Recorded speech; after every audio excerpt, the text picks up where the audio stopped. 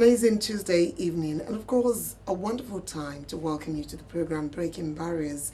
This is NTA Lagos Channel 10, the station for excellence. My name is Melanie Ishola, and I like to say that this program opens you up to a world of possibilities. Now, the guest that I have on the program today will make you rethink certain convictions that you think you have. Now, this is where we get to bring to you individuals who are breaking certain barriers and, of course, life limitations in their different scopes and spheres.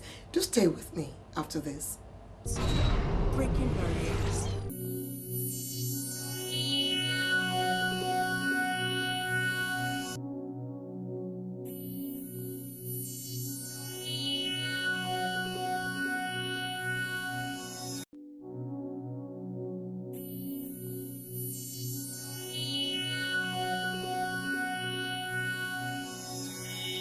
Thank you for staying tuned. Yes, breaking barriers. Now, I did say that I have somebody that will get you rethinking on the program today. What is his name? What does he do? What has he been through? Do find out in this particular sneak peek into his life, and we'll be right back to join in on set. Timothy Adepoju Michael, a graduate of electrical engineering from the Federal Polytechnic Bauchi, was born and bred in Bondat district of Das local government area, Bauchi State, on 5th October 1979. He knew no other friends and neighbors apart from the indigenes he grew up with in the community. However, on the 20th February 2006, his mother, brother, and sister were gruesomely killed and burnt while he was left to die during a religious riot. He regained consciousness in the family house that was on fire and miraculously escaped. He thought of suicide to end the pains and agony he was going through. He also considered revenge and reprisal. But instead of that, Timothy embraced peace and forgiveness. Today, Tim Adepoju is the first Nigerian recipient of Peace Laureate Award by the Public Peace Prize from Montreal, Canada. He is also a winner of Yarima Bala International Peace Award and named as one of the 33 World Peacemakers in the first semester series of the Peacemaker 360 Colombia. How did love trump hate and forgiveness trump revenge in his life? Let's hear him out.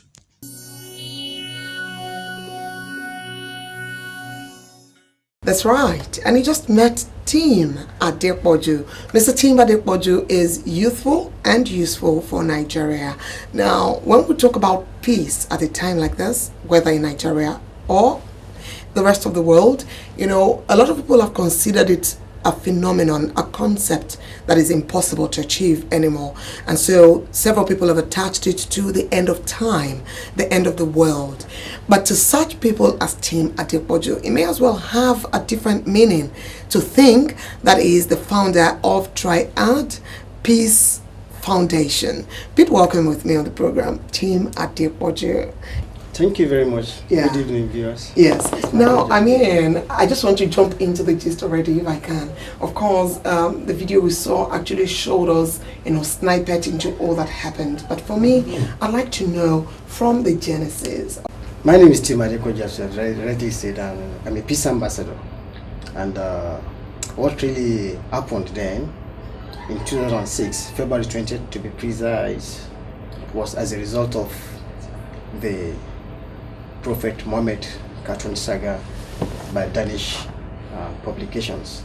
So it triggered a worldwide condemnation and some protests in Middle East and some Muslim countries. Nigeria was not exempted. It happened in Maiduguri on a Monday, 19th February, and 20th February it was Bauchi State. Unfortunately, on that fateful day, after watching what happened in Maiduguri on the 19th on the TV, my mom declared fasting and prayers for a peaceful Nigeria. Unfortunately, that day, Monday 20th, was the day she was killed by fasting and praying for Nigeria. Youths numbering to 30 came to my area and they were banging on the gate, shouting, "You Southerners, you Christians, you have come to our land, you have made it, you are living good," and all of that.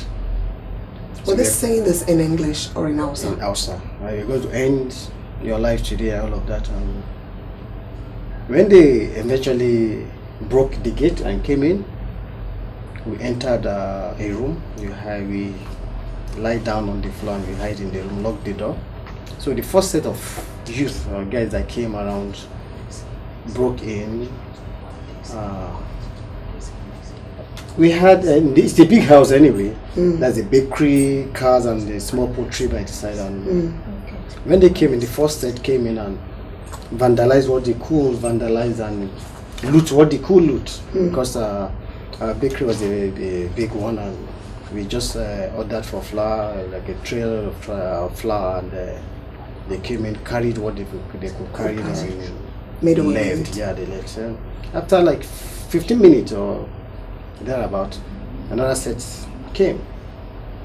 The gate was open for them, so they came in and they discovered that most of the things had been looted in the house, and there was nothing left for them to steal. So they decided to set the house on fire. It was in the process of climbing the roof, climbing to pour petrol on the roof and all of that, the cars to set on fire, that someone peeped from the window and saw us. We all lie down, and they forced themselves into the room, and when they came in, we were all lying down, and the first person they met by the door was my kid sister, and they macheted her, they cut her, and her head was broken into two. Instantly she died beside me. I saw her, and she screamed, and she was in agony, and my mom looked up to see what happened, and that's when they went straight to her, cut her face too, smashed her head, and she died there too. And after then they started using the machete, all the daggers on all of us, cutting us and all of that, and I passed out too because I have a lot of cut on me, and the injuries were massive. So we passed out and they went out. After they succeeded in killing, they felt they've killed everybody in the house, and so they climbed the roof, poured the petrol, and set the house on fire. So it was during the whole, when the inferno became so large that I came back to life.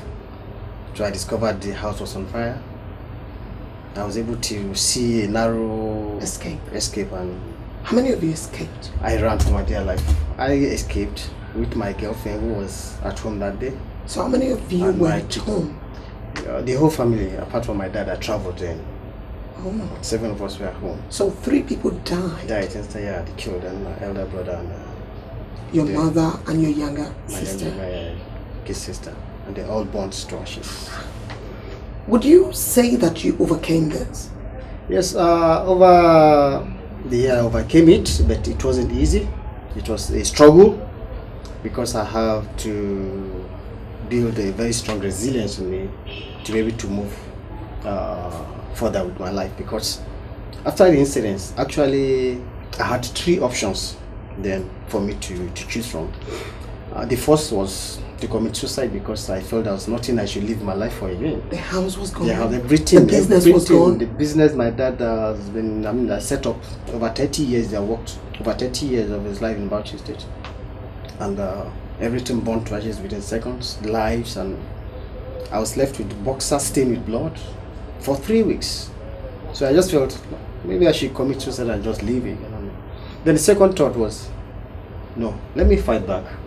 Why not maybe try a reprisal, probably become a terrorist and kill as many as I could in Bauchi State. Yeah, I had that thought, and I was really working. I began to do research. I began research on how to develop a chemical weapon to destroy Bauchi State. Yeah. Then another thought came to me, the third one, which was the last, was forgiveness. The thought came to me that why not forgive these people and move on with your life? Because forgiveness, I believe, will give me the inner peace. And as a matter of fact, it wasn't easy. but I have to shrug. I put the inimical feelings behind me. I can say that you're near to tears. They can be so deep to recount. Yeah, because it's an incident that reoccurred to me every day, every second. Because I move around. Flashes. Of course, every day I dream of my mom. Have you dream of your mother every day? Almost every day, my brothers. Almost every day. Have you had to live in Bauchi State after the incidents? Of course, yes. Even for a year after that, I was there to complete my story. Did you have Hausa friends, Fulani friends? Till tomorrow, I still have. In fact, so how did you relate with them the moment this incident occurred? Yeah, the moment it happened, I hated them at first, but after I realized that most of these guys that came around to carry out this evil act were not really practicing what we would call religion. I would say it. I've said it before and I'll say it again that they're not true Muslims. So you considered them not to be practicing Islam? Yeah, I could say they are not true Muslims because a true Muslim shouldn't kill. A true Christian shouldn't kill. Till date, I still have a Muslim friend. In fact, as a matter of fact, on my wedding day, 3 years after the incidents, my best man at my church wedding is a Muslim, just to show that I've really forgiven them. I have no ill feeling against Muslims. I have nothing against Islam. Oh goodness, if I were to continue to interrogate Team Adepoju on this subject, I think I'd rather just make the whole conversation about that. But there are several other aspects to actually consider as well. Now, if you're following this story, I bid you to stay right here with me while we take a quick break. To be right back.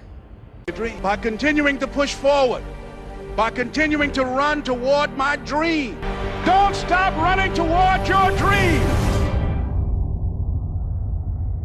Have you ever had your back against the wall with harsh winds of life blowing against you? And did you think all hope was lost? Breaking barriers, inspiring stories of incredible breakthrough. I had told myself that I would never let the past destroy my future, and that's one thing I had in mind, that no matter what it costs, I will get where I want to go. From hopelessness to fulfillment, from the valley to the mountaintop, from grass to grace. Where there is a will, there is a way. I believe in positive brainwash. When you get used to think positive thoughts, it becomes your default state of mind. This is why I love to hear about success stories. It motivates me and gives me hope. If others did it, I can do it too. Breaking barriers.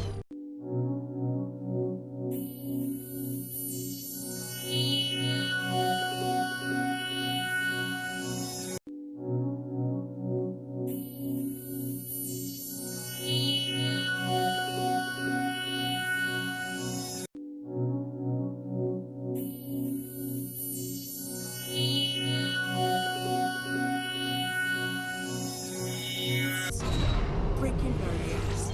You're watching Breaking Barriers on NTA Lagos Channel 10.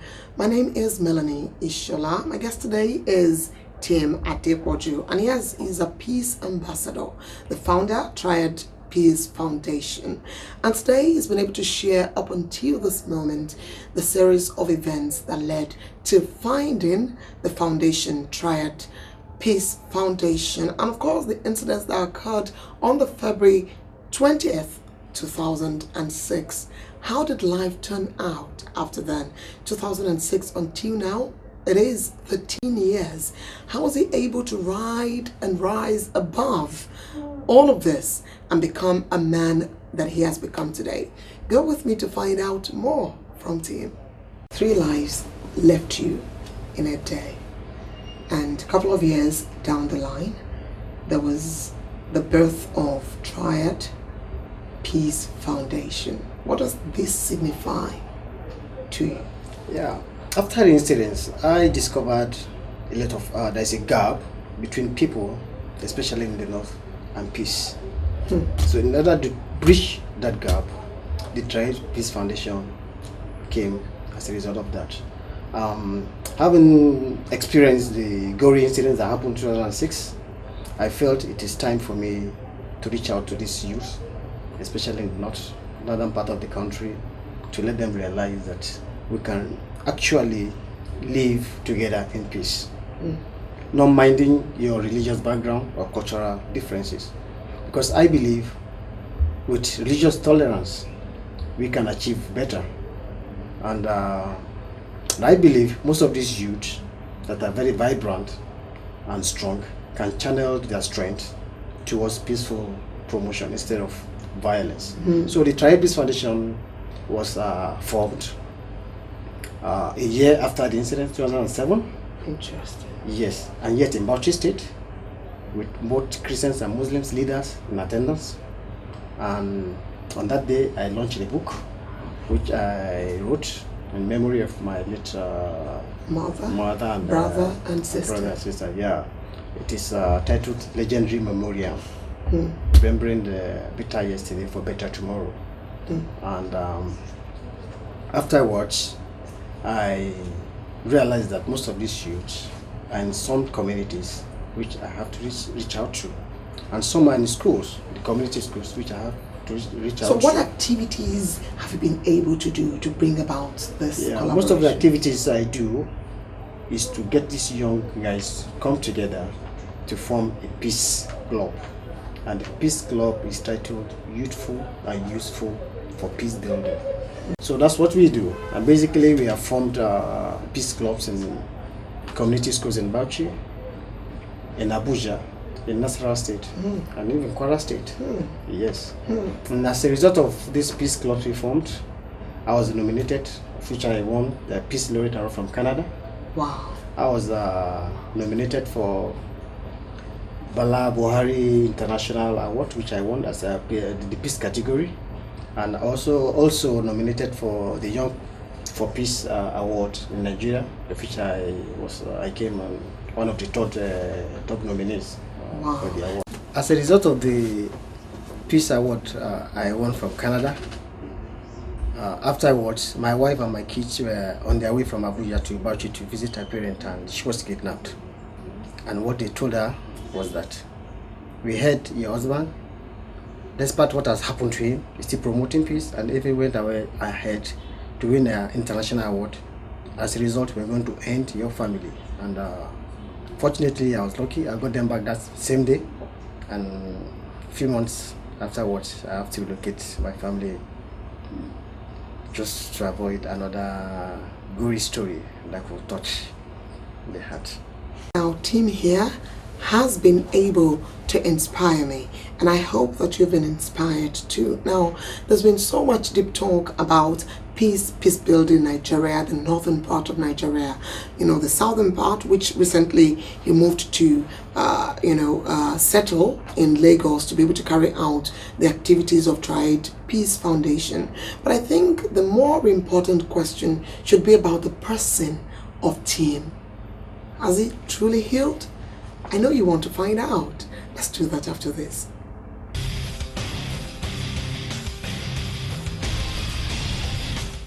Thank you for staying tuned. Now, I have been talking to Tim Adelaja, and a lot has been said about the work he does, what led to the situation he's found himself, and how he's been able to actually harness the youthful energies in Nigeria to bring about peace. But again, I ask, how is Tim Adelaja? Do you want to find out?